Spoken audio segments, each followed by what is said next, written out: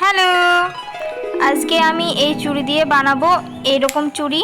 তো চলো তোমাদের দেখাই কিভাবে বানালাম। প্রথমে এই কাপড়টাকে স্কেলের সাহায্যে মাপ দিয়ে কাঁচি দিয়ে কেটে নেব।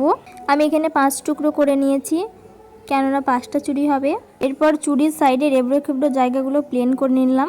এই প্রথম আমি গ্লুগান ইউজ করছি, এর আগে কখনো গ্লুগানে কাজ করিনি, তো তাই একটু নার্ভাস লাগছিল। এই যে অন হয়ে গেছে, চলো এবার শুরু করা যাক। এই যে প্রথমে একটু আঠা নিয়ে নিলাম, তারপরে কাপড়ের প্রথম দিকে একটু লাগিয়ে নিলাম, কারণ মুখটা মারতে হবে, না হলে সব সুতোগুলো বার হয়ে যাবে। এবার চুড়িতে আঠা দিয়ে কাপড়টা লাগাতে হবে। এবার পেঁচিয়ে পেঁচিয়ে চুড়িটা সবটাই জড়াতে হবে। এই যে জড়িয়ে নিচ্ছি, মাঝে মাঝে একটু আঠা দিলে ভালো হয়। এই যে কমপ্লিট হয়ে গেছে, এবার বাকি অংশটুকু একটু কেটে নেব। আবার সেম প্রসেসে সরু সরু চুড়িগুলোও জড়িয়ে নেব। জড়ানো হয়ে গেলে এবার স্টোন লাগানোর পালা। চলো এবার এক এক করে স্টোনগুলো লাগিয়ে ফেলি। আসলে যে অর্ডারটি করেছিল সে আমার বানানো একটা চুড়ি দেখে অর্ডারটি কনফার্ম করেছে, তাই ডিজাইন আমি একটুও চেঞ্জ করতে পারিনি।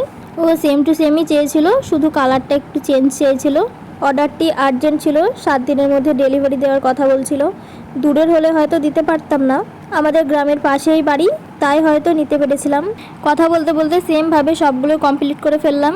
এবার ঘুঙুরগুলো লাগানোর পালা। ঘুঙুরগুলো লাগালেই চুড়িটা কমপ্লিট হয়ে যাবে।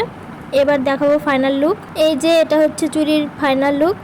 আঠাগুলো একটু বোঝা যাচ্ছে, কিন্তু কোনো ব্যাপার না, ওগুলো কেটে দিলে আর বোঝা যাবে না।